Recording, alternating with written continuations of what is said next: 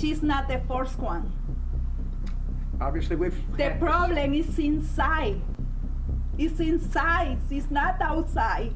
Everything is inside. They know, and you know too. This is the story of Katia Dueñas Aguilar. Loved to laugh, loved to have fun. She was not introverted, at least in choir class she was, and had several friends in there. He remembers a teenager who liked choir, but loved ROTC. It was just something she was really focused on, like she was really passionate about, and she did all the way through school. So Katia Dueñas Aguilar wasn't just a soldier. She was a daughter, a sister, a young mom.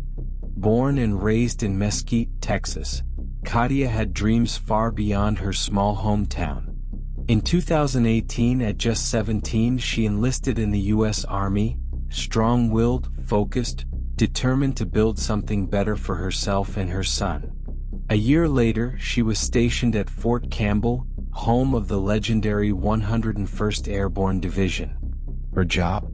Aviation support. But behind the uniform, she was fighting private battles.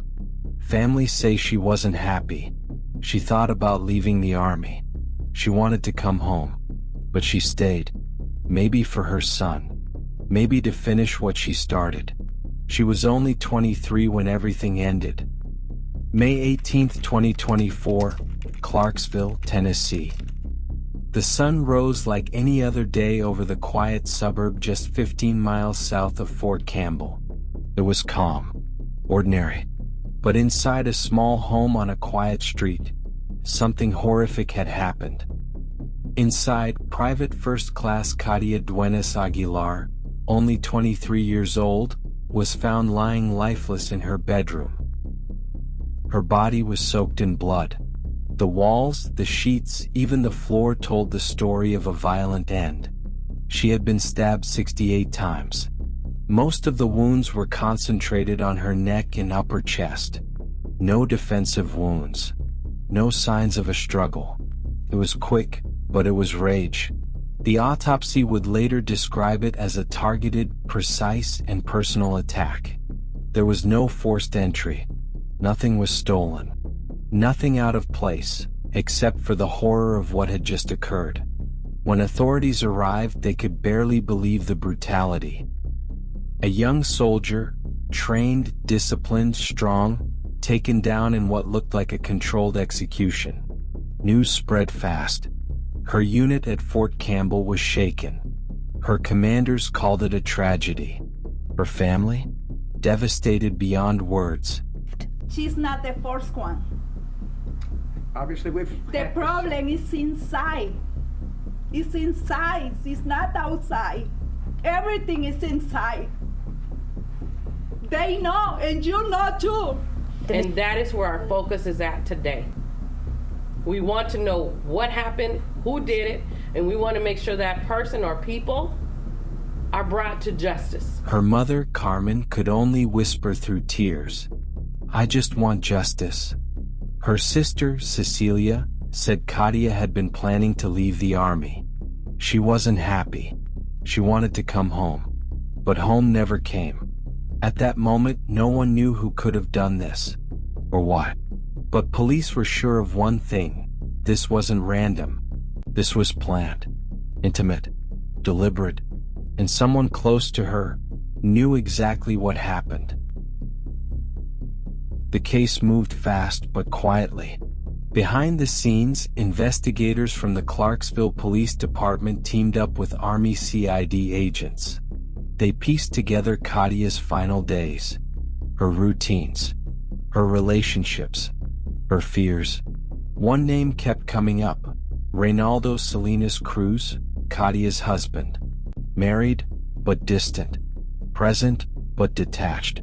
Police dug into his phone records, financial activity, and travel patterns. Something wasn't adding up. Then another name surfaced: Sofia Rodas, 35 years old. She wasn't in Katia's military circle. She wasn't family. But somehow, she was deeply connected to both Reynaldo and Katia. Authorities quickly discovered what looked like an elaborate plot. Sofia Rodas and Reynaldo were allegedly involved in a fake marriage scheme, a federal-level offense. Documents showed evidence of immigration fraud, conspiracy, and even plans to leave the country after securing a $100,000 life insurance payout. That payout? Linked to Katia's death. On February 7, 2025, the bombshell dropped. Sofia Rodas was officially charged with first-degree murder and tampering with evidence. Reynaldo Salinas Cruz, Katia's own husband, was charged with tampering with evidence and later indicted for marriage fraud in connection to the scheme. Both had been sitting in federal custody on unrelated charges since October 2024. But now they were formally extradited to Clarksville to face what really mattered: the brutal death of a 23-year-old soldier who trusted them both. Investigators haven't revealed the full motive. Was it money? Betrayal? Both? But to Katia's mother, it didn't matter. The pain was the same. "It hurts so much to raise her son," she told reporters, "because he doesn't know where his mother is." Justice now rests in the hands of a Tennessee grand jury. The trial dates are still unannounced, the motives still incomplete, and the silence around Fort Campbell is louder than ever. But one fact remains: Katia Dueñas Aguilar's life ended long before it should have, cut short by 68 knife wounds and perhaps a betrayal too dark to understand.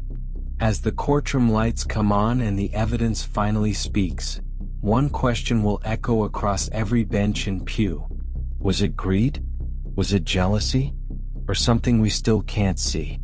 We'll be tracking every twist, because this story isn't over.